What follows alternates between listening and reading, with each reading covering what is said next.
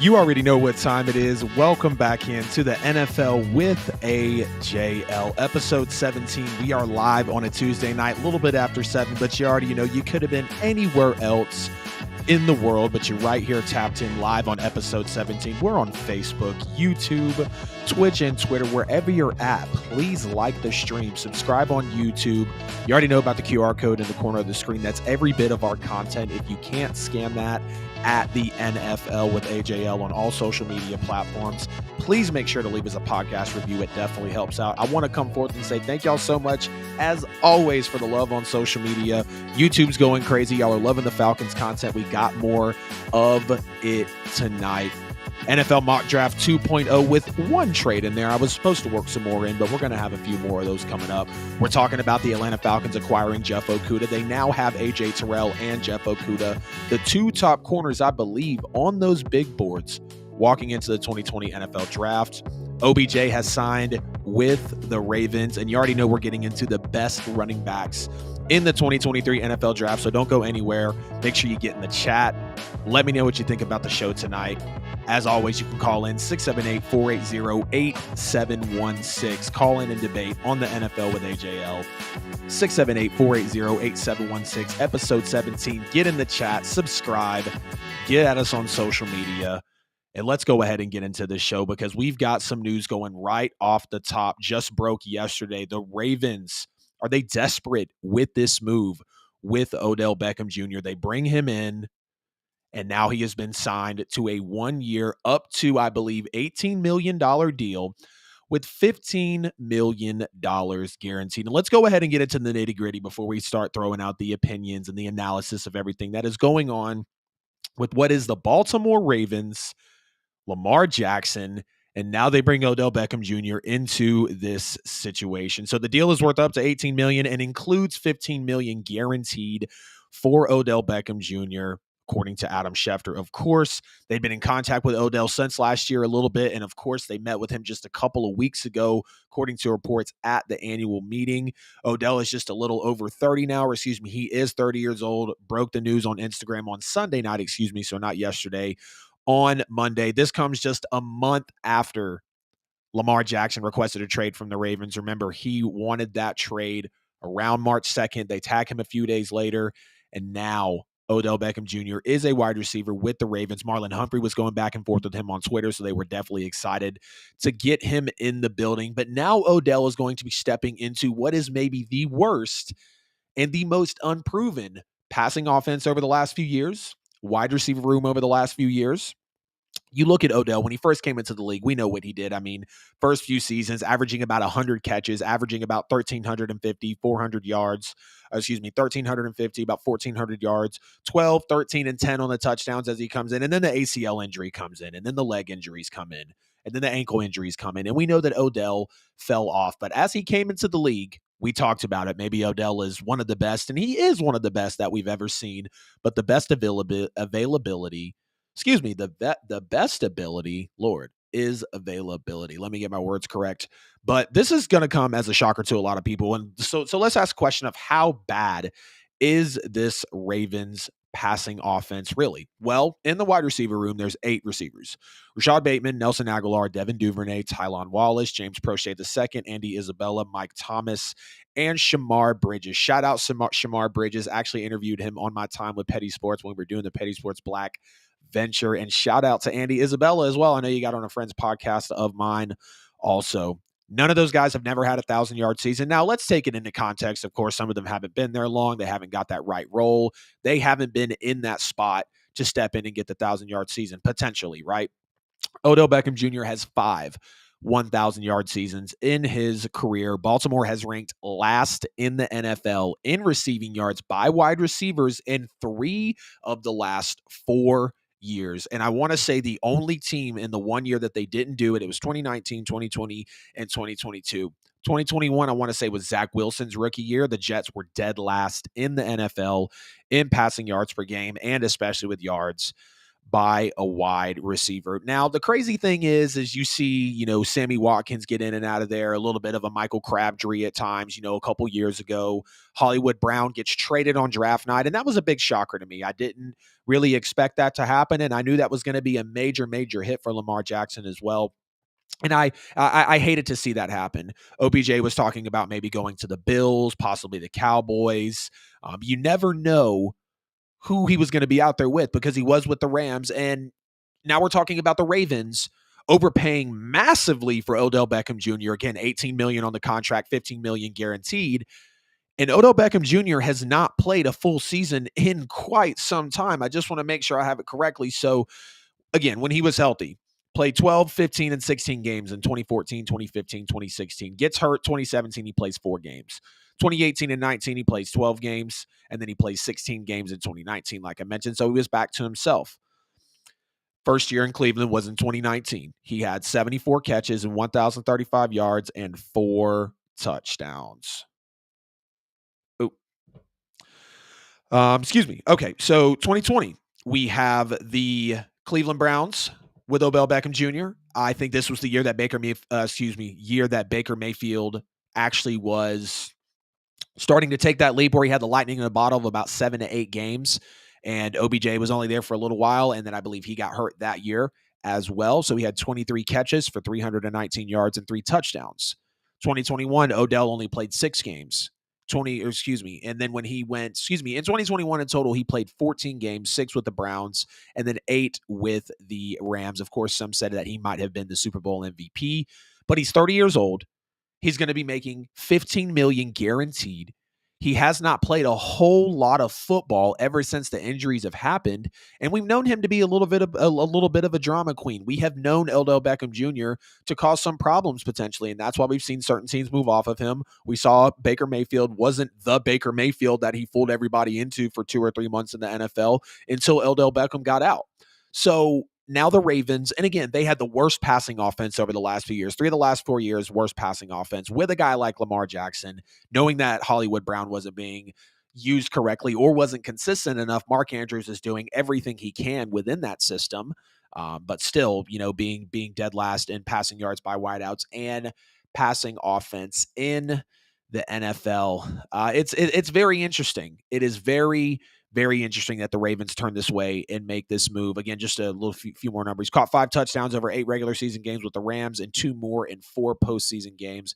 Combined, he had 48 catches for 593 yards in 12 games in a Rams uniform. That was the regular and the postseason. Before he was released by Cleveland, he had 17 catches for 232 yards and no touchdowns in 6 games for the Browns, of course, before going over. So I put all that out there to say we know Odell Beckham is not going to be one of the healthiest, one of the most consistent in the NFL right now. We know what he used to be before, but we're not talking about before. This is now, and especially for the Baltimore Ravens. So this is this is a little disheartening as you look in on this with the Lamar Jackson situation, but you also look in on it for the situation of the Ravens as well. So why did they overpay for Odell Beckham? It's clear that they were desperate for a wide receiver. I had them, I believe, in both of my mock drafts now that I've done. They're taking a receiver in both of those aspects. Even with bringing in OBJ, you can't bank on the health. But the thing is, they also overpaid for Roquan Smith, who got, I believe, $60 million guaranteed at the linebacker position. And now they overpay for a wide receiver that's coming off of 2 ACL injuries. But to make things even weirder, Lamar Jackson and OBJ are seen partying at Club Live in Miami, absolutely living it up. So does this mean that Lamar Jackson has to be coming back to the Baltimore Ravens? I don't see, with the way that they paid with the way that the Ravens paid OBJ and with the way that the passing offense has been bad, I don't see you bringing in OBJ for Tyler Huntley, or maybe if you shock the world and trade Lamar on draft night and you're picking up Anthony Richardson or maybe Hendon Hooker or whoever else you might try to swindle into taking Lamar to steal a quarterback in this draft. The Odell move feels like it's for Lamar to come in. And I really hope that it is because, again, Lamar Jackson going through this with no agent, one of the oddest situations we've seen in the NFL, big-time superstar not having a big-time agent. Drew Rosenhaus personally invites him on the Pat McAfee show live on YouTube and says, come out here. We'll get you a deal done. We'll represent you. and we can make these things happen. So bringing in Odell feels like it's a lure in for Lamar, but I don't think Odell was the best available receiver. The money is definitely unattractive. I'm not digging the money at all with this contract. You could have went and spent that money on a wide receiver, or excuse me, DeAndre Hopkins potentially, who's on the market right now. You could have looked into other targets that are healthier than Odell Beckham Jr. Really, the DeAndre Hopkins move, that to me feels like a surefire move. You sign DeAndre Hopkins, okay, we absolutely know that Lamar is coming back. And I know, again, we saw OBJ and we saw Lamar partying in the nightclub together, living it up, very, very happy. So that there was really the indicator that Lamar is going to be coming back. But now the question is, when does he get signed? Is he going to look into hiring an agent? Does he get an agent?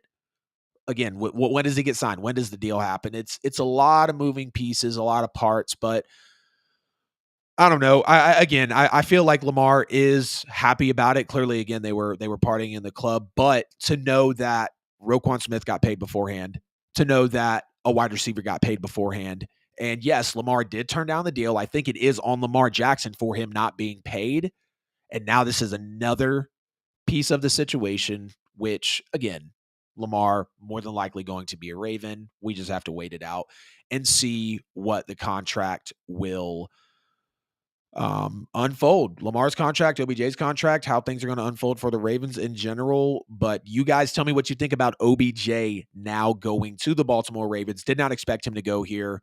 Was hoping he maybe went to a team that felt like more of a Super Bowl contender than where the Ravens are right now. Michael Darby comes in and says Lamar is probably pissed that they would guarantee $15 million to an injury-prone 30-year-old for 1 year and not commit to him long-term. Yeah, absolutely. Again, it is on Lamar for not being signed yet because he did turn down a deal that I think was very fair. Put it out on YouTube considering what was going on with Lamar Jackson. And my baby, Taylor Mobley, says, I love the new intro music. Thank you. Don't know if y'all realize it. I'm sure y'all did. Changed it a couple times. Definitely trying to get the awesome energy going for the show. Again, y'all get in the comments. Let me know what you think about OBJ signing with the Ravens. Was it the right move? How do you feel if you're a Ravens fan? Does this mean Lamar Jackson's actually coming back? I think we're going to see Lamar back unless you grossly overpay and then you let Lamar Jackson get away, which would be absolutely horrible. Then your fan base is probably jumping ship. You're probably going to be having bandwagon applications put in like crazy to leave the team, not to join the team. So this move really does make it feel like that Lamar Jackson is going to be coming back. But let's get into something that I have recently found an obsession for, and I really didn't know how many mock drafts I was going to do before the season started. I wanted to try to make it go away a little bit, but y'all see it. It is what it is. Let's go ahead and get into the AJL mock draft 2.0. If you're watching on YouTube, you got the graphic over here to my left. If you're listening to it on the podcast, of course, I'm going to go through every pick, back it up.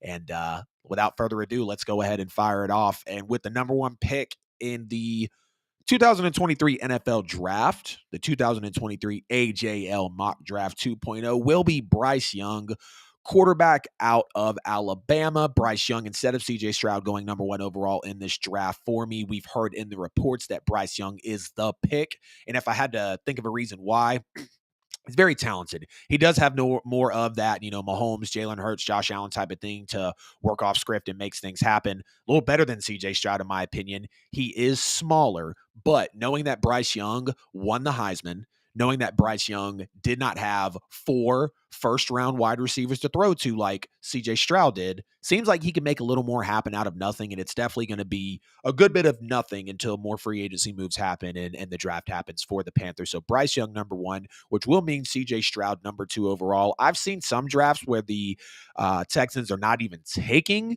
a quarterback, which is very, very confusing to me. Davis Mills is not it, unless for some reason you think he is, which he doesn't show anything on tape to be a franchise quarterback. So CJ Stroud at number 2 overall, my personal favorite in the NFL draft. Now, here's where my draft gets crazy. I wanted to load this one up with trades. I used a different format, but nonetheless, this was the one and only trade I pulled off here. I had the Commanders jumping up to 3, trading their first and second of this year and first and second of next year for the number 3 overall pick with the Arizona Cardinals. So the Cardinals will now move back to the 16th pick. We'll get at them later on.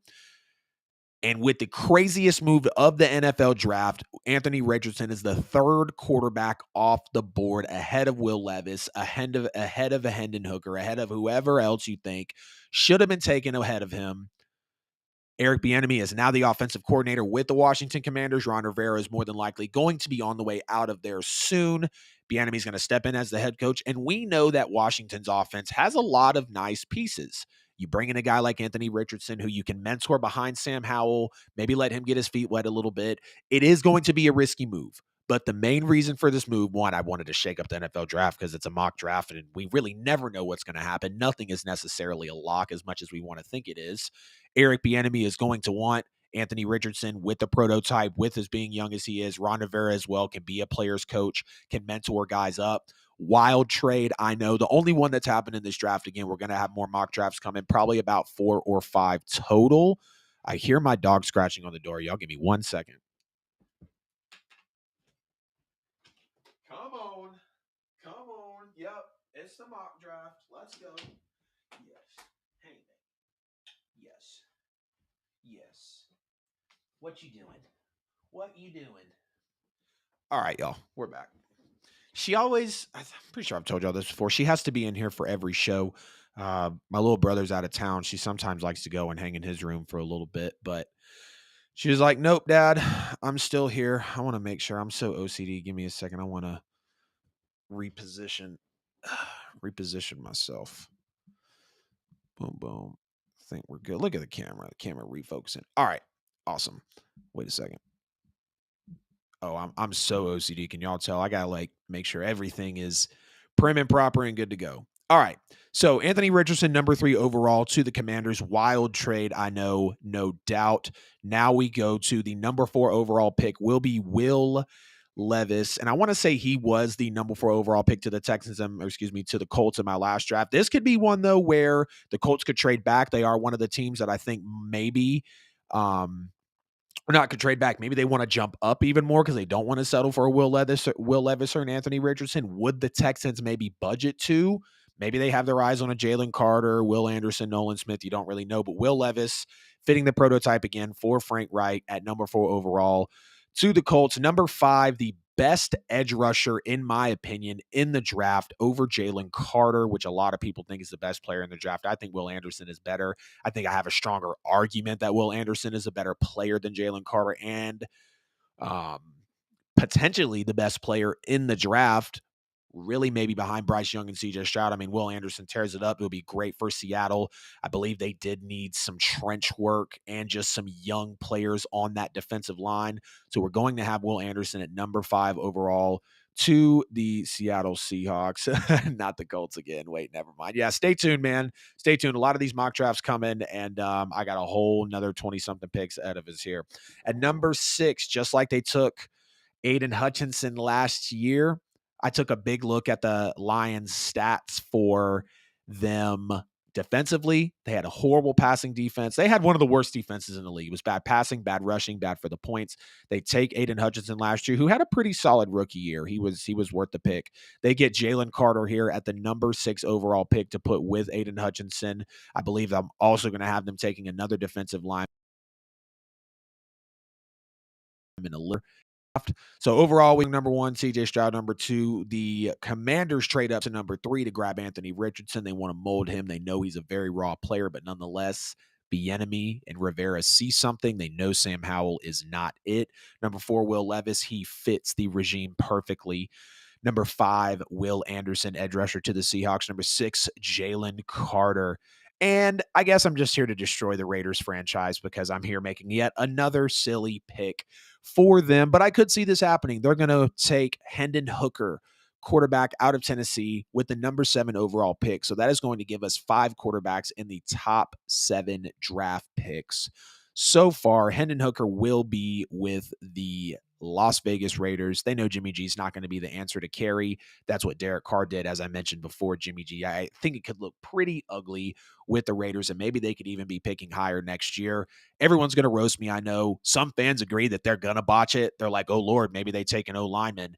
They're going to take, because they do need a quarterback. And again, I think the Raiders would be another team to trade up, because they know Jimmy G's not going to be it. Jarrett Stidham, I believe, also left as well. He's the backup with the Broncos. So Hendon Hooker, number 7, they're going to take a chance on him. And again, Hendon Hooker coming off an ACL, but he was very, very solid. I believe if Hendon Hooker does not get injured, he beats Alabama clearly in that game. If Hendon Hooker does not get injured, I believe Hendon Hooker is realistically picked here with no craziness involved and maybe even picked in the top 5. Maybe we're looking at 5 straight quarterbacks off the board in the top 5. At number 8, the Falcons will complete that defensive line rebuild.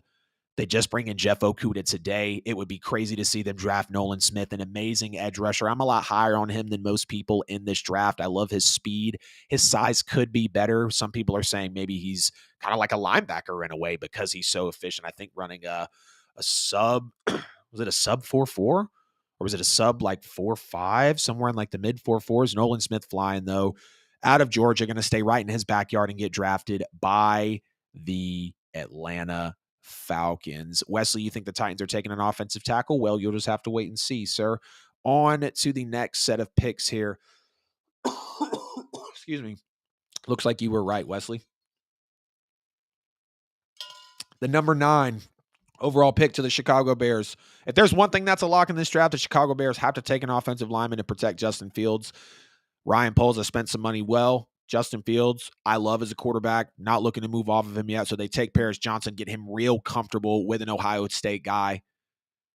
I was also mentioning maybe Jackson Smith and Jigba at number 9 way earlier before mock draft started when they traded back. If they traded back to 9, give him a comfortable Ohio State wide receiver. So Paris Johnson at number 9 to the Chicago Bears. Got to protect Justin Fields. Number 10, the Philadelphia Eagles making a splash move at the number 10 overall pick, taking one of the best players in this draft in Christian Gonzalez off the board. They lose C.J. Gardner-Johnson. They're luckily able to keep Bradbury and Slay. Got a little tedious there with Slay, but again, when I had them taking Bijan Robinson in my first overall draft, down at the 30 position, I believe, I thought that was reasonable. It's a splash play, one of the best players in the draft. You just lose Miles Sanders. I think with you just losing a safety in C.J. Gardner-Johnson, you bring in Christian Gonzalez, young guy, blazing speed, best corner in the draft. I don't think anyone would complain if that were to happen.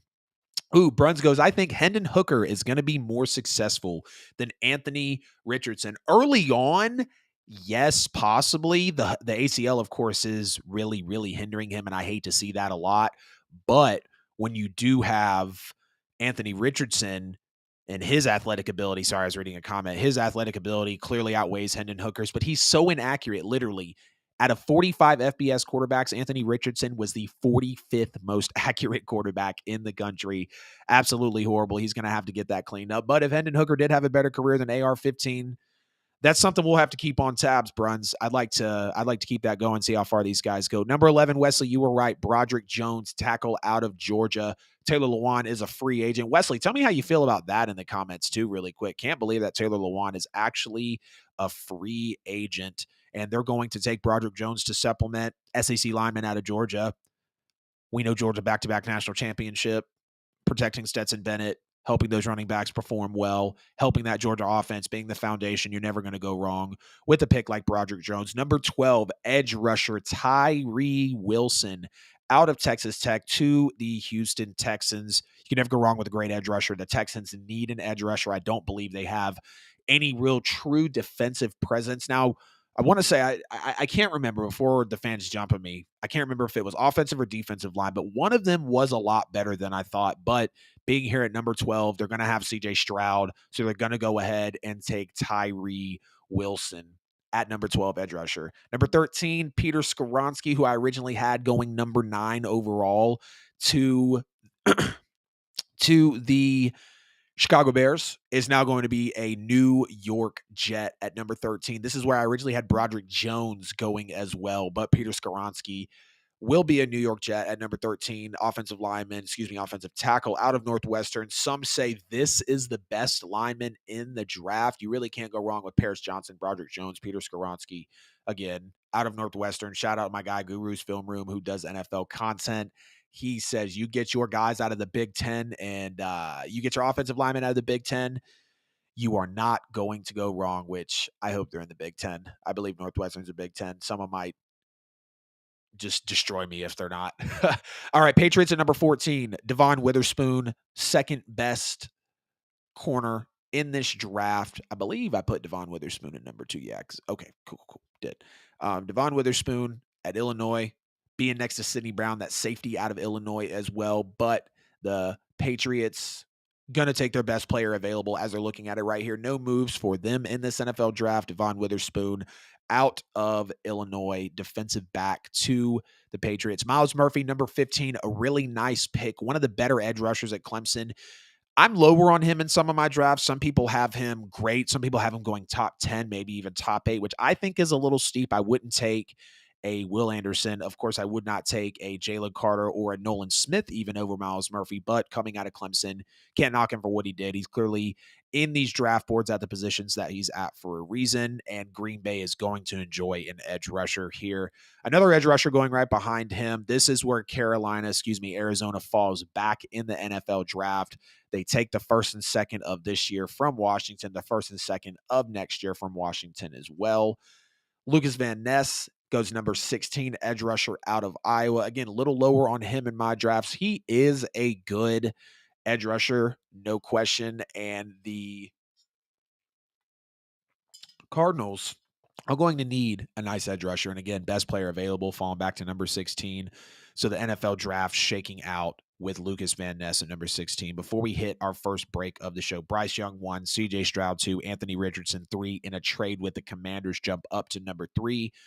The Cardinals fall back to number 16. Will Levis, number 4 to the Colts. Will Anderson, number 5 to the Seahawks. Jalen Carter, number 6 to the Lions. Hendon Hooker, crazy pick, number 7 to the Raiders. Nolan Smith staying in his backyard, going to the Falcons at number 8. The Falcons complete that defensive line rebuild and just the overall pushing all the chips into the middle of the table for that Falcons defense. God, can y'all slow down on getting better in the division, because you're going to make it to where these games are now competitive, but that'll be another conversation. We're talking Falcons defense later here. Number 9, Paris Johnson Jr., O-lineman out of Ohio State, will go to the Chicago Bears. Bears have no choice but to take an offensive lineman there. Christian Gonzalez, number 10 to the Eagles. Broderick Jones, number 11 to the Titans. Tyree Wilson, number 12 to the Texans. Peter Skoronski, number 13 to the Jets. Devon Witherspoon, number 14 to the Patriots. Myles Murphy, 15th to the Packers. And Lucas Van Ness, 16th overall to the Arizona Cardinals. And let's take a small break here so we don't get fatigued on the show. This is the NFL with AJL, episode 17. Wherever you're listening, please make sure to drop a like on the stream. I appreciate the love on social media and YouTube a ton. Y'all are blowing up my page on YouTube, Instagram, TikTok, Facebook. Everywhere's going well. Please subscribe on YouTube. Hit the bell.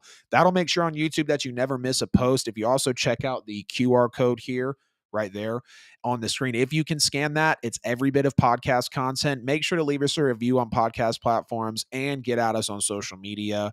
Follow me, DM, comment. Love to engage with you guys out there.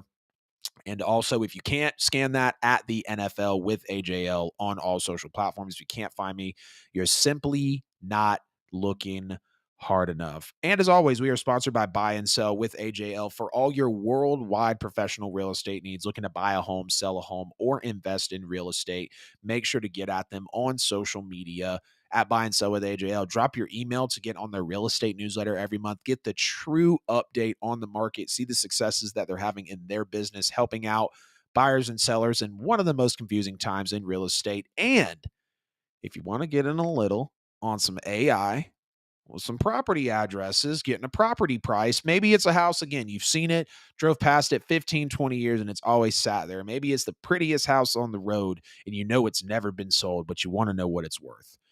Drop your email, drop that address, and they will get the price, how fast it can sell, and how many houses in the area would compete with that. Everything a seller needs to know. Episode 17, we are locked in on the NFL with AJL. This is the mock draft 2.0, pick 17 through 31 coming up now. I think that's the Steelers at the top, number 17. I have a logo or a little time over. Yes, it is.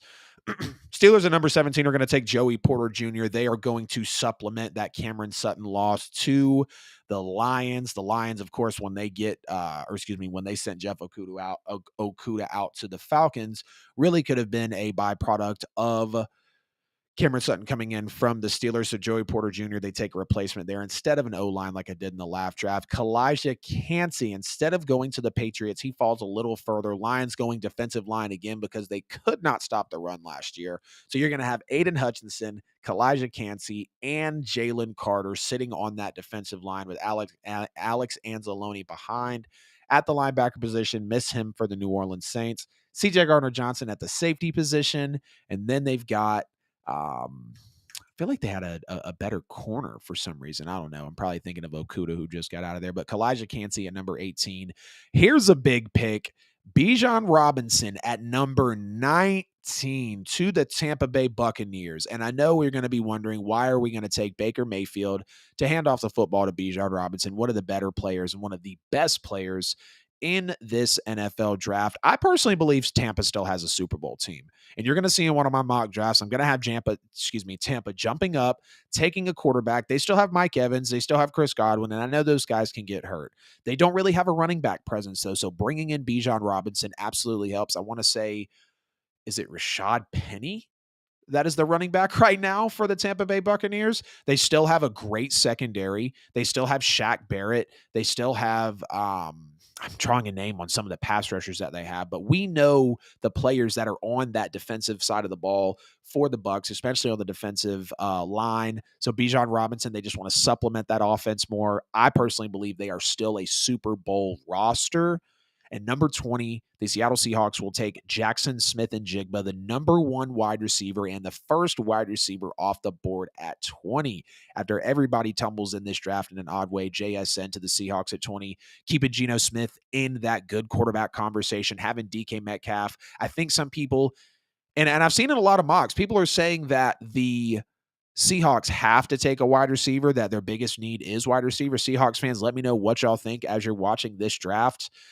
I know Tyler Lockett is very inconsistent. Not only, I mean, of course, fantasy is a direct correlation to stats, but I've seen where Tyler Lockett will get 75% of his stats in 5 or 6 games. And it's like, wow, he can really fall off and show up for a game or two and then disappear for a month or a month and a half. So maybe they want to supplement that more, but it's going to be a ripple effect because 2 more receivers straight will come off the board. Zay Flowers at number 21 to the Chargers because they need a wide receiver. Another thing that I feel like is a lock, if there are, I guess, a few things that are locks in this draft, first and second picks are going to be quarterbacks. The Bears have to draft an offensive lineman at number 9, and I don't know where the Chargers go other than a wide receiver at 21 because Mike Williams is great, but he's not a wide receiver 1. He's looking to take over that role and maybe has, according to some people in the last few years, because Keenan Allen has not been healthy. Keenan Allen not being healthy is a reason that I believe Zay Flowers should go number 21 overall.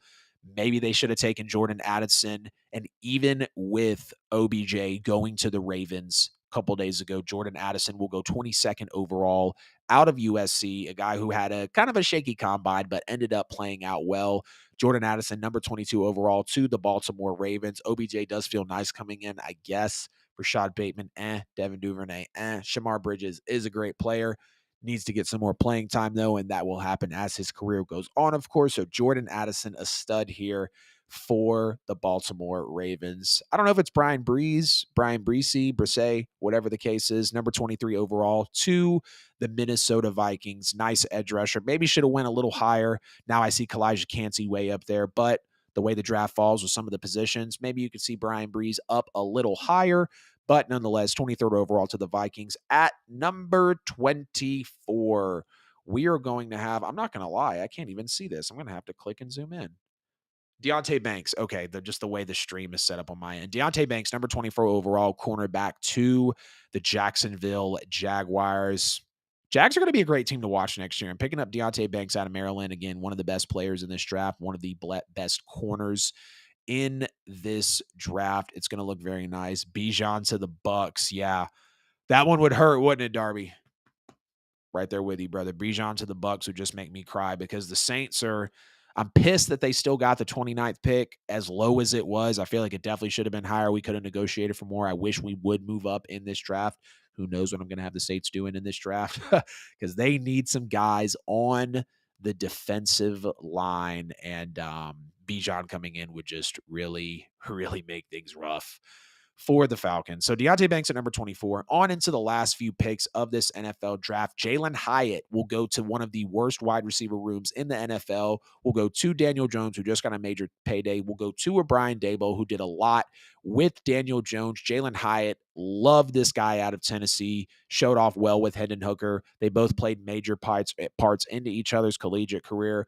Jalen Hyatt to really benefit Daniel Jones at number 25. Number 26, splash play, few splash plays, and a nice way for the draft to break out here in the last few picks. Michael Mayer, first tight end off the board. As much as Darnell Washington is my number one, as much as Dalton Kincaid is literally a wide receiver in a tight end's body. Michael Mayer at 26 to the Cowboys. They're looking for a nice play as well. They have Brandon Cooks. They have CeeDee Lamb. They have Michael Gallup. They do not have a running back as of yet. Tony Pollard is nice. So before y'all freak out and say they do have a running back, that's what I meant with Tony Pollard. If Bijan fell, I know some people will like Bijan at 26, but wasting or taking a first-round pick with a running back, considering what just happened with Zeke, Jerry Jones could have some of that silliness, I guess, in him. But either way, Michael Mayer at number 26. Number 27, the Bills have to take a wide receiver. Stephon Diggs is great. Gabe Davis is a solid receiver. You know, I don't think he's what everyone thinks he is, and he is okay, Saints. Yeah, keeping him in the backyard. You already know, Darby, keeping him in the backyard. Quentin Johnston, number 27, though. Got to get Josh Allen some more help. I know that the Bills would maybe like to trade up and get a better receiver in this draft. Don't know how much they would actually deal for it. But Quentin Johnston to the Bills at number 24 overall. Bills, I'd like to see them maybe get Jalen Hyatt, or, you know, for some reason a Jordan Addison did fall to them. I don't see that happening. There are some good receivers in this draft. Quentin Johnston, wide receiver out of TCU, Bills 27. Osiris Torrance, because the Bengals need to still protect Joe Burrow. They did bring in some offensive line help last year, but I think they were still 10th or 11th most sacks taken in the NFL at that point. So Osiris Torrance, maybe taking a little high for some of you, but a solid offensive lineman out of Florida to the Bengals at 28th overall. BJ Ojulari is also going to stay in his backyard, just like Nolan Smith stayed in his backyard with the Falcons, from a Georgia boy to the Atlanta Falcons. BJ Ojulari from an LSU player to a New Orleans Saint. And this will be major. Again, maybe this is taken kind of higher for some of you, but I feel like with the Saints at 29, they either have to trade up more to go grab a true player of need, like maybe a Christian Gonzalez. Well, I don't know. The Saints don't need a corner because their pass defense surprisingly was good. If they make a jump for a Nolan Smith, it'd be crazy if for some reason Will Anderson happened. I'm not saying it's going to jump that high because it would have to be really high jumps, of course, even for a Jalen Carter. But BJ Ojulari, they're not going to see Miles Murphy. They're not going to see Brian Breeze out. I'm just going to call him Brian Breeze because Drew Brees. Brian Breeze out of Clemson will not be here at 29. So BJ Ojulari. The Eagles at number 30 supplement perfectly. They do not take Bijan Robinson to make y'all freak out like happened in the last NFL draft. They will take the best safety in Brian Branch out of Alabama, the most complete safety in this NFL draft. They're not perfectly, but they're going to supplement for CJ Gardner-Johnson, not being an Eagle anymore. He goes on to be with the Detroit Lions. I think they take this position, supplement great. Brian Branch, solid overall safety, my number one safety in the NFL draft. And then at number 31, Josh Downs, wide receiver out of North Carolina to the Kansas City Chiefs. And I know the Chiefs don't necessarily need a wide receiver one. They did lose Juju. I'm not going to say necessarily need a wide receiver one because some people don't believe they do. Juju did just leave. Of course, Tyreek Hill left the year before. There are going to need be some targets that really need to be implemented with this Kansas City Chiefs team. At this point, with the Ravens now picking up OBJ, I don't see how DeAndre Hopkins does not go to either the Chiefs or the Bills. And I think if the Chiefs are really aggressive with it, maybe even trade this first overall pick, I would trade, maybe call me crazy, I would trade the number one overall pick at 31, given I just came off a Super Bowl winning season. I would give that number one overall pick potentially to the Arizona Cardinals, who are looking to offload him for, I think, maybe a fourth or a fifth, or they're maybe even looking to cut him. But he's got one of the biggest cap hits in the league in DeAndre Hopkins and one of the biggest wide receiver price tags out there. Y'all let me know what you think about this NFL draft. I'll cycle back through it real quick. Some of the highlights: Bryce Young 1, CJ Stroud 2, Anthony Richardson 3, Will Anderson 5th, Hendon Hooker 7th, Nolan Smith 8th, Christian Gonzalez 10 to the Eagles. Really like that. Miles Murphy 15th to the Packers. I'm a big fan of that. Cardinals take the 16th pick when they trade back with the Commanders, go 16th overall with Lucas Van Ness. Joey Porter for the Steelers, very solid move. Bijan to the Bucks to spice up the NFC South. JSN at 20 to the Seahawks. 3 straight receivers: JSN, Zay Flowers, Jordan Addison at 20, 21, and 22 to the Seahawks, Chargers, and Ravens, respectfully. And then we go on towards the end of the draft. Brian Branch, the best safety, to the Eagles. Josh Downs, wide receiver, to the Chiefs. Some people say the best tight end of the draft will now go to the Cowboys. Michael Mayer, 26. Jalen Hyatt, 25th. To the New York Giants. So that's going to conclude the NFL with AJL's Mock Draft 2.0. You probably thought I was going to end the episode there, but no, we got one more topic to get into because the Atlanta Falcons will just not let up on this NFL season. And shout out to you guys for really showing me some love on the Atlanta Falcons content, whether it's the shorts, especially on YouTube. My two of my biggest videos right now are Atlanta Falcons content. Y'all please make sure to like the stream wherever you're at. Subscribe on YouTube. The QR code will give you every bit of social media content. Get at us on there. Please leave us a review on podcast platforms at the NFL with AJL on all platforms. And we're sponsored by Buy and Sell with AJL for all your worldwide real estate needs. Make sure to contact Buy and Sell with AJL. And now let's go ahead and get into the last. Is it? Wait a second. No. I thought, look at me. I am just extending like crazy, aren't I? Yeah. So I still have Jeff Okudah and I have the best running backs in the draft. I was about to get out here. I was like, is this show flying or what? Yeah, I still got to talk about the best running backs in the NFL draft as well. But like I mentioned, the Atlanta Falcons will just not let up. Might as well just be a Falcons podcast now. Yeah, I know you were dying to drop that line, Bruns. Yeah, there you go. Let you and Fred and Justin and all y'all over there have it. I know y'all love the Falcons. So the Falcons are going through a complete defensive makeover. And I just want to get these numbers here real quick because I know it will bring it into perspective of how bad the Falcons defense really has been over, let's see, how bad, okay, here we go. How bad the Falcons defense has been, we'll just say over the last 10 years, just for a realistic look back, but we'll even go since from the Super Bowl as well. So the 2016 season. Jeff Okudah was traded to the Atlanta Falcons for a 5th-round pick, or as my boy Stephen Bruns just said, might as well have been a Falcons podcast, for a pack of cigarettes. A 5th-round pick for the number 3 overall pick in the 2020 NFL draft that some people thought the Falcons were going to take. They lose out on Jeff Okudah, end up taking A.J. Terrell with the 16th overall pick. So now you have Jeff Okudah and A.J. Terrell directly next to each other, two of the best defensive backs in that class. And of course, Detroit did not get much return on its investment as Jeff Okudah was only dealt for a 5th-round pick, number 3 overall pick out of Ohio State. You look at his first 2 years, they were really, really marred with injuries. He missed 7 games in 2020 and then all but 1 game in 2021 because of a ruptured Achilles. We know the Achilles can completely take you out. And once you do come back, it doesn't even feel like you're the same player if you are at all.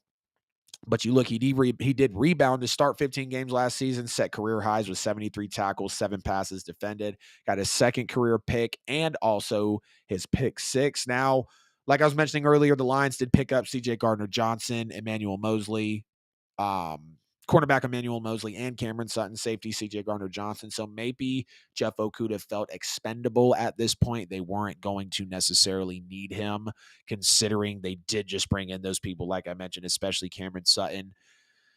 So now Jeff Okudah is going to be with the Atlanta Falcons, and the Falcons are just so committed. Before I get into these numbers, the Falcons are just so extremely committed to their rebuild right now on the defensive side of the ball. Again, Calais Campbell, Jesse Bates, Caden Ellis, David Onyemata. Y'all are flaming me for the last video for saying that Grady Jarrett was a B to a C player. I was a little harsh saying he's a C player. I'm still going to stick on the fact that he's about a B minus to a B player.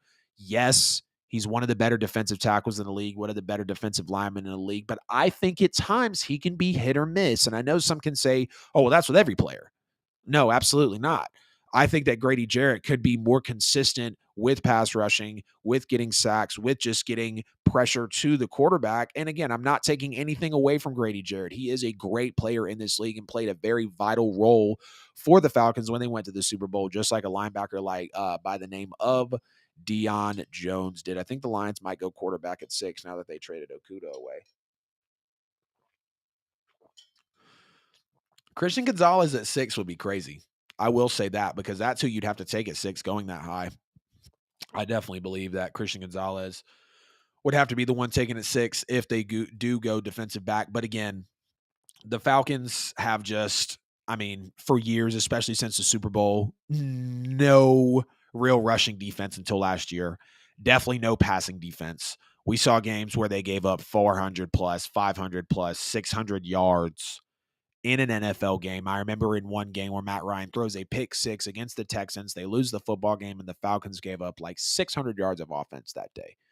And I know it's been some because of injuries. I think a lot of it has been just because of lack of talent, not great scouting, not great coaching. And I've always been one to stand on the pedestal and say that coaching matters. Coaching absolutely matters in the NFL. And when Dan Quinn left, now he's doing great things on the defensive side of the ball for the Cowboys, wasn't doing great things in the head coach position, but he was that DC. And I wish maybe that Dan Quinn wouldn't have got that head coaching job and he would have stayed in the defensive coordinator position, would have let Kyle Shanahan continue to be the OC or maybe go to head coach now that Kyle Shanahan has had some success with the Niners, because Dan Quinn really kept that defense nice at certain points. And then, or no, I think Dan Quinn was hired as the head coach, straight out with the Falcons. Of course, he came over from that Legion of Boom. But let's really dive into how bad the Falcons defense has been. And let's just look since they lost the Super Bowl in the 2016 season. So they had the first and second best offense that year, but they had the first offensive points, second offense in yards. But they also had the 27th defense in points and the 25th defense in yards. Year after the Super Bowl, they lose the divisional. Matt Ryan, of course, is still here. They're 15th in points and 8th in yards on the offensive side of the ball. On the defensive side of the ball, they were 25th in points and 28th in yards. So again, when you have a Matt Ryan, when you have a Julio Jones, when you have a Devontae Freeman, when you have a Tevin Coleman at times who are tearing it up in these seasons with the Falcons, but your defense can't do anything. In the season after that, so I'm guessing 2018. Yes, 2018, they were 13th in points, 5th in yards. But again, the defense, 23rd in points, 20th in yards. Year after that, 16th in points, 18th in yards. When Calvin Ridley was really doing his thing, when Todd Gurley showed up in Atlanta for a second, 16th in points, 18th in yards. But they were 19th. That was for the offense. But they were 19th in points and 29th in yards for the defense. 2021, 26th in points for the offense, 29th in yards for the offense. This was a rough one. They also have the 29th in points for the defense and 26th in points for the offense.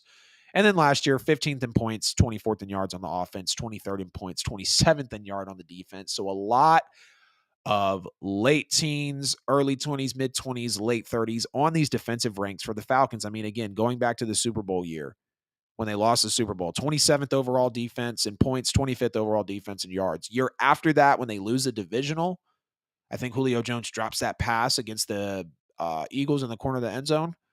They were 8th in defensive points, 9th in defensive yards, with, of course, Dan Quinn still as the coach. But after that, they've only had a 19th overall defense once, and their defense is consistently, again, 28th in points, 20th in points, 29th in points, 26th in points, 27th in points. Yards. And then for points, 25th, 23rd, 19, 29, 23. So I know it's a lot, but it just goes to show you that the Falcons have not had a good defense for a long time. So they're going all in. They're pushing their chips all in. If there has ever been a bigger rebuild on one side of the ball in one season in recent memory, it's this Atlanta Falcons team. I mean, no question about it. We remember last year when the Chargers were coming in, stealing a J.C. Jackson, stealing a Khalil Mack, everybody that they did deals with, everybody that they stole. We were like, look, they're the best team on paper, and their defense was absolutely crazy. We've seen where Tampa in all of that one season, Tom Brady, Leonard Fournette, Antonio Brown. I mean, they're just pushing everybody in. They sign. I think JPP might have came over for 1 year. I don't explicitly remember all of that, but we see these chips getting pushed all the way in. The Saints did it with Drew Brees. Yeah, y'all love how I get the Saints reference. I have to drop the Saints reference while I'm giving the Falcons so much praise. When the Saints pushed all the chips in with Drew Brees, unfortunately, it didn't work out, and they mortgaged the future, and we're kind of seeing them still pay for that some. The Falcons are pushing all the chips into the middle. They are going all in. It is a full send on the Atlanta Falcons defense, and I'm proud of Atlanta. Genuinely, as a fan who sits in the division, who loves bullying them, who loves having the shit-talking rights, they are going to have now Jeff Okudah coming in. I think it's just going to fall in line for Atlanta. You're going to have Jeff Okudah. You're going to have AJ Terrell. You're going to have Caden Ellis. You're going to have Grady Jarrett. You're going to have David Onyemata when he's there. And you're going to have Calais Campbell, who's a veteran. You're also going to have Jesse Bates and Mike Hughes on the back end. I mean, this team is going to be good. This Falcons team is going to be solid, at least on the defensive side of the ball. And like my boy Fred said earlier today, and also shout out to Bruns, this just puts all the more pressure on Desmond Ridder. All the more pressure on Desmond Ridder, because now you're going to have Desmond Ridder throwing to Drake London. Who knows who the Falcons take at number 8 overall if they don't jump up or move back. You've got Kyle Pitts. Tyler Algier is a stud. Maybe the Falcons are looking for O-line at 8th. Who knows? Not really sure, again, where they're going to go. I have them taking Jackson Smith and Jigma in my first mock draft, Nolan Smith in the second mock draft.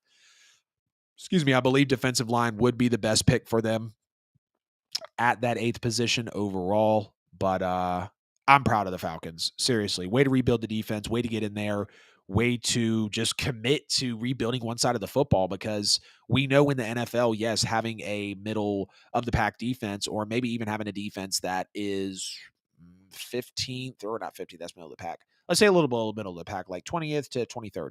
That could be good enough to win you a Super Bowl. Yeah, again, Atlanta, best offense in the league, but one of the worst defenses in the league the year they went to the Super Bowl and lost. So Falcons defensive makeover. They're pushing their chips all in. Falcons fans, get in the comments and let me know, where will your defense rank next year? How is the passing defense going to look? How is the rushing defense going to look? How many sacks do you expect to have? You want to get real technical. What's the pressure rate going to be for you guys? Falcons are going to be a solid defense next year. I said top 15 defense, but I might want to push it up and say top 10. I think they deserve enough praise and enough belief and love to be set to say that they can be a top 10 defense in the NFL next year. Falcons defensive makeover really shocking me, transforming that side of the football.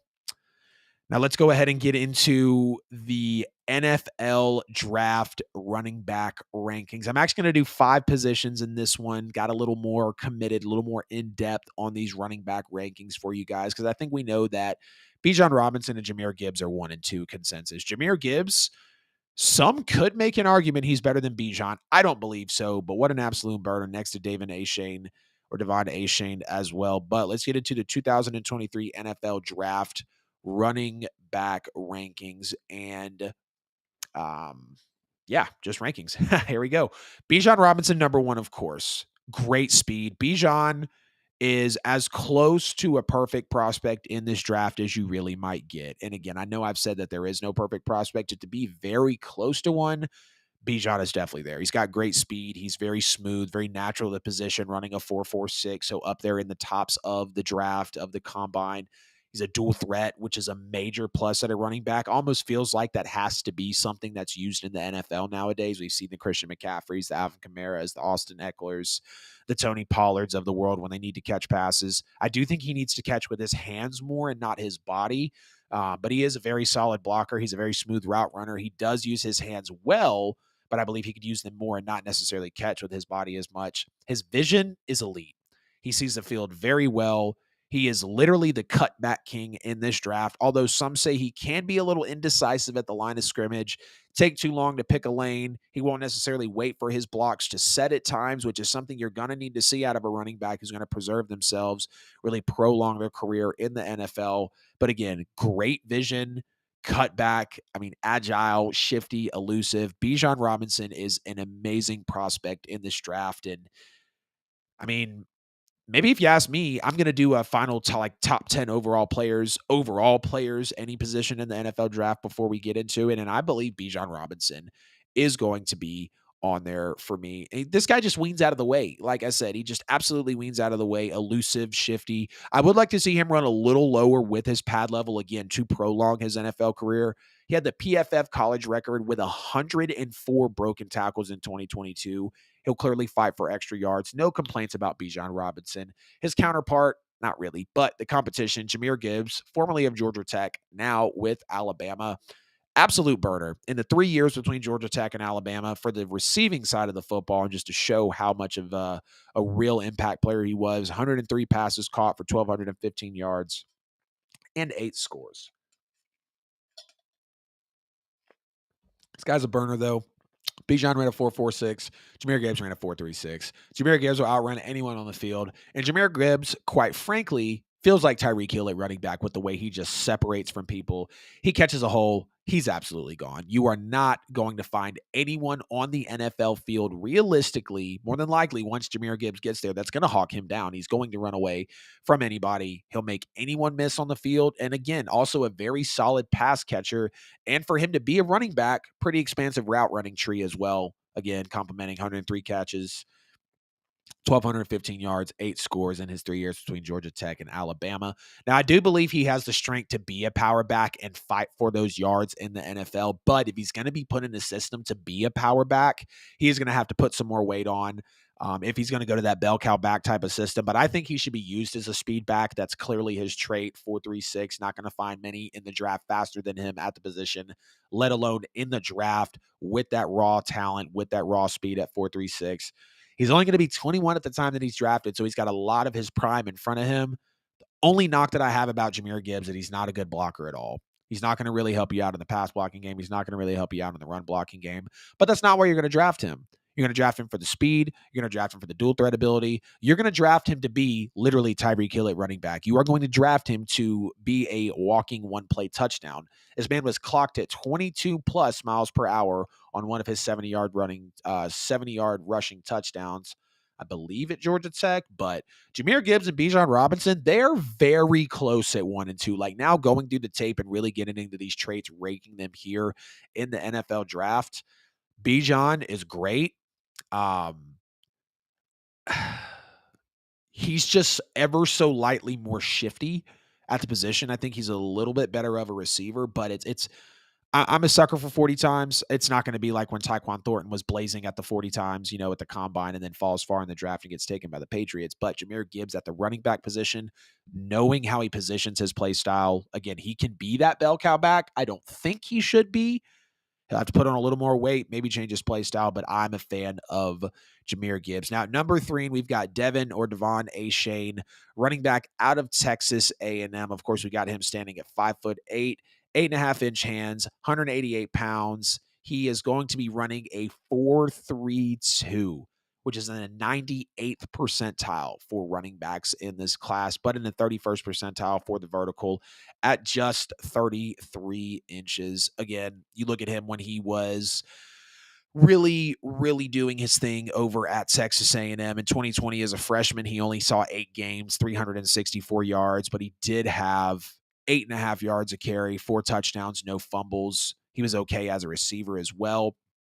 In a junior, he saw 10 games, ran for 1,100 yards on 196 carries, 5.6 yards per carry, 8 touchdowns, 1 fumble as a receiver, 36 receptions for 196 yards. 2021, year before that, not bad. 130 carries for 885 yards, 9 touchdowns with 1 fumble, 6.8 yards per carry, 24 receptions with 261 yards. And again, another burner. When you're running a 4.33, you're in the 98th percentile of this class for 40 times. And I was looking to a little bit of on some of his strengths. And really, he's not just about speed. He's really going to be able to quickly identify running lanes and explode through them when he's able to identify them. Again, he's going to be able to do that quickly also. So when he sees it being that burner 4.33, boom, he's going to shoot right through it. He's going to make those guys pay, really be that kind of mirror that Jahmyr Gibbs walking one play touchdown.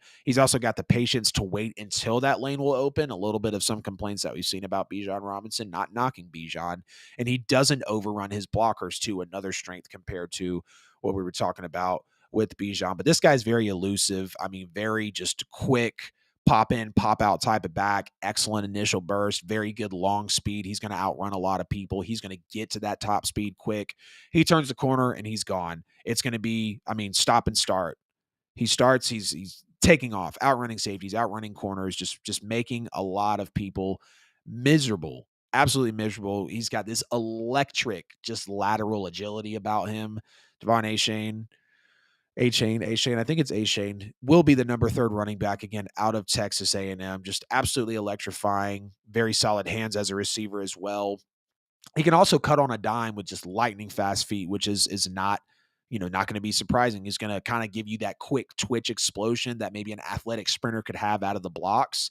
I mean, that's how quick he takes off. Really does remind me of that Jahmyr Gibbs. Very good vision, like a Jahmyr Gibbs as well. Going to hit that top speed quick, which is a major plus. I know I mentioned that earlier. He's going to get the angle and just really, really be able to outrun people. But he is only 5'9", 185 pounds, and he doesn't look to be getting much heavier at his time in the NFL. Sometimes people will say he's going to bounce to the outside and try to make that big play rather than just picking his way through traffic. So this is not really going to be a bell cow back type of guy. He might not be a 3-down back as well. Again, his size, 5'9", 185 pounds. It could limit him to really playing that full 17-game season in the NFL, and he does run a lot of fly sweeps. He is going to do a lot of jet sweeps, a lot of halfback sweeps, a lot of halfback, maybe tosses potentially. He's going to do a lot of his work on the perimeter, and that's why you can see him maybe going to the outside and not necessarily going to be able to go up the middle like a lot of the running backs in the NFL need to. A-Chain going to be a sleeper. Reminds me of Kamara. I kind of thought the same thing. Jahmyr Gibbs kind of reminded me of Kamara as well, Bruns, now that you say that, because Gibbs, like, the way they just kind of tuck their shoulders and just take off with the ball, just kind of, like football real tucked in. It's like, you just know that dude is taking off. Gibbs and Kamara really reminded me of that, but Gibbs has crazy top speed, and A-Chain with the crazy top speed as well. He is going to be someone that is very solid in this draft, and people are going to appreciate really what he brings to the table. The number 4 running back for me in this draft is going to be Zach Charbonnet, I believe, not really sure how you pronounce it, but running back out of UCLA. He is going to be 6 foot, 214 pounds, running a 4.53 with a 37-inch vertical. So a solid athlete here, nonetheless. As a freshman, he was in 13 games, 726 yards on about 150 carries, almost 5 yards a carry, 11 touchdowns, 1 fumble. Not much in the receiving aspect, though. As a sophomore in 2020, he only played in 5 games, so nothing much there either. But after he transferred to UCLA as a junior, because he used to play for Michigan, he saw action in 12 games, 1,153 yards on 204 carries for 5.7 yards a carry, 13 touchdowns, no fumbles, 23 catches, and 181 yards. That was in his first season at UCLA once he transferred. As a senior in 2022, 194 carries, 1,358 yards, 7 yards per carry, 14 touchdowns, 1 fumble. Turned up a little bit in the passing game, 37 catches, 320 yards. But let's talk about really the play style and some of the strengths of Zach Charbonnet here. Very big, very clunky, running in those 4.5s, running in those mid 4.5s. You're not going to be someone that, he can break away at the end, but he's not going to be the one to immediately do it. He's more than likely going to be going up against someone that's not going to have top end speed, or they're just not going to have the speed in general. Of course, running slower than a 4.5. I think he ran a 4.53. So nothing crazy. He's still going to have good speed, but he's not going to run away from you like the other 3 running backs that I named before him in this NFL draft will. He does have the feel of running between the tackles and in the open field, and that's where Zach Charbonnet is going to get a lot of his respect. He is that back, really, in my opinion, next to Bijan, that's going to have that, okay, I'll go in between the tackles. I can work around the outside, but I am probably going to be that 1, 2, 3 down back. Maybe even bring me in on fourth down to fight for extra yards. Again, like Bijan Robinson actually will, fighting for extra yards. Again, here was Zach Charbonnet out of UCLA, running back on those short yardage situations. And his patience as a runner has really improved. You see him following his pull guards and just making good decisions on his cuts. Maybe one of the best, if not the best, true like bell cow back, strong interior runner in this draft. He's going to quickly press the line of scrimmage as he gets close to the line. His burst also to get through the line of scrimmage and into the second level quickly is going to be a big strength of his. This guy's very physical runner. Like I said, that's where he's going to get a lot of his respect. He actually was regularly split out wide as a senior and had a 97 quarterback rating when he was targeted with 320 yards, so he can be in that receiving aspect as well. He can track the ball over his shoulder. It's not going to be a major strength of his, but he can track the ball over his shoulder. So, some of that receiving aspect is going to benefit him. But again, Charbonnet is going to be your, bigger, stockier, go turn on the tape. He kind of clunks a little bit when he runs, but he's not going to be, too stiff.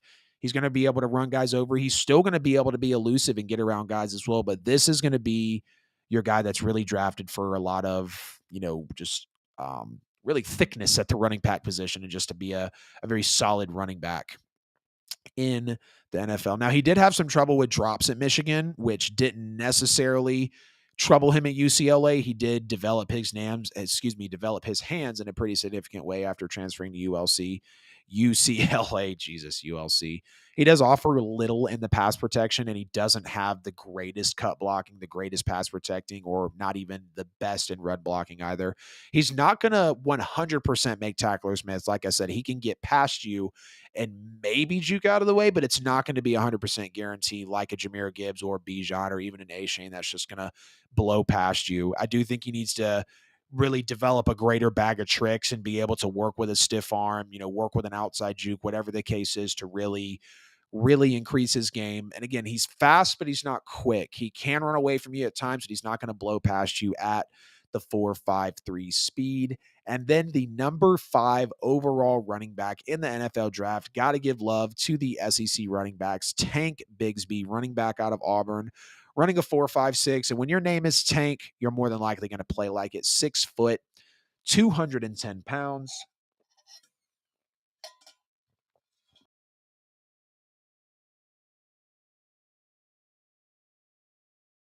Not bad. Better rushing grades in this. Really do like Tank Bigsby and what he brings forward. In 2020 as a freshman, 10 games with Auburn, 834 yards on 138 carries, 6 yards a carry, 5 touchdowns, no fumbles. 1 fumble. So not crazy amounts of fumbles for these running backs that are on my list here. 2021, he played 13 games, 224 carries for about 5 yards, 10 touchdowns, 4 fumbles out of Tank, and 1,104 yards. As a junior, 178 carries for 976 yards, 10 touchdowns, 1 fumble, about 5.5 yards a carry. Now let's get into strengths and weaknesses for Tank Bigsby, and this is going to wrap episode 17 of the NFL with AJL. Now, Tank Bigsby is going to be a pretty good receiver with soft hands, although he has only been used as a check down option at Auburn, so he's not going to have that expansive route tree like a Jahmyr Gibbs, like a Bijan, even like a Devin A-Shane, but he is usable in that aspect. I do like his creativity as a runner, and that's why he does earn this spot here on my list. Kind of that jittery play style, that twitchy play style, really make sharp cuts, change direction, and just have those running back traits. Really be able to play side to side, sideline to sideline between the numbers. Look out for those edge rushers, those running backs, those linebackers that are really starting to develop those faster 40 times and just overall better athletes in the NFL, especially in the front sevens and in the secondary. He is going to finish his runs very well. He's going to flash that ability to get small and squeeze through traffic, to work in between the gaps, to choose the holes wisely on the offensive line. And the fact that he can beat linebackers to the edge, again, is going to be something that's going to get him draft recognition when you're out there able to beat a linebacker like a Bobby Wagner or a Fred Warner, or the linebackers that are going to be with the Bucks or the Bears. Being able to work side to side with them and just overall, being able to outrun them, beat them at the point of attack, planting your foot, getting it to the ground, exploding around the edge, that's going to be key. And that's where Tank Bigsby Tank Bigsby is really going to get his respect. Quick feet, straight line speed, but he's not going to have that elite burst to be a constant big play threat. He can be a big play threat, just like I was mentioning earlier. Good receiver, soft hands. Only really used as a check down option at Auburn, so he's not going to – we haven't really seen that expansive route tree, but if he can put that into his arsenal, that's really going to help him out. And just a few weaknesses about Tank Bigsby, some things he could really improve on in his game. He does tend to get a little upright at times. I saw that with Bijan and Jahmyr Gibbs. I think Jahmyr Gibbs runs a little lower than Bijan with the pad level, and again, that's going to prolong your career, get your center of gravity lower, and just be able to run through some of those players in the NFL.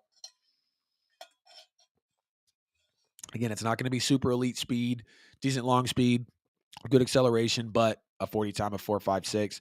Now, he's going to be known, like I said, as a power back, but he doesn't have that overall frame to absorb that constant impact over a 17-game season as a workhorse, not being the biggest running back in this draft. Again, he is going to be stout, but combining the 40 time with the height and the weight, you are going to see maybe some discrepancies in his game, and clearly that's what we're getting into here. Good hands, but he doesn't show much feel necessarily as a route runner. And I kind of feel like that's maybe a disservice to him because he was never really given those opportunities at Auburn. I believe he works on it. He gets that expansive route tree. He gets that recognition. Tank Bigsby can improve that part of his game. So again, my top 5 running backs in the NFL draft: 5 Tank Bigsby, 4 Zach Charbonnet, 3 Devin Achane, 2 Jahmyr Gibbs, 1 Bijan Robinson. Oops, seems like one of your streams is having connection issues. Stand by. Oh, rise up, top 10 defense. Yeah, you already know, Fred. You already know. Y'all's the stream looking okay? It was saying something about stream connectivity issues. I was really hoping it wasn't saying that it was popping me out. Everything looks all right for the most part. But episode 17 of the NFL with AJL. Let's cue this outro. Let's get out of here. I appreciate everybody tuning in tonight.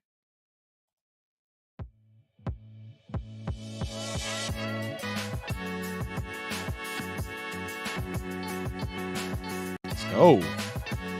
That's going to wrap up tonight's episode of the NFL with AJL, episode 17, the second mock draft was shown to you guys. OBJ has signed with the Ravens. The Falcons are continuing to push all the chips into the middle of the table for the defense. And I ranked the top 5 running backs in the NFL draft. Got a little deeper with you guys on that. Please, before we get out of here, like the stream, subscribe on YouTube, at the NFL with AJL on all social media platforms. Get at me on social. I love to engage. DM me, get in the comments, whatever you do. Talk shit about my content. I don't care. That is totally fine. Make sure you also review us on podcast platforms as well. Looking to have a guest on for a Friday show. Looking to have another mock draft, doing a live NFL mock draft. I think way too hard on these things. I think this is my 3rd or 4th overall NFL mock draft I've ever done. I haven't been too crazy into them, but you're like, man, it could go so many different ways. You think about trades. What can this team do? Appreciate y'all for being on episode 17 of the NFL with AJL. We'll be back Friday, 7 p.m. Eastern time, episode 18, our 3rd NFL mock draft. I love you guys. I appreciate you guys. I need you guys because I wouldn't be here without y'all. Appreciate the support. We out.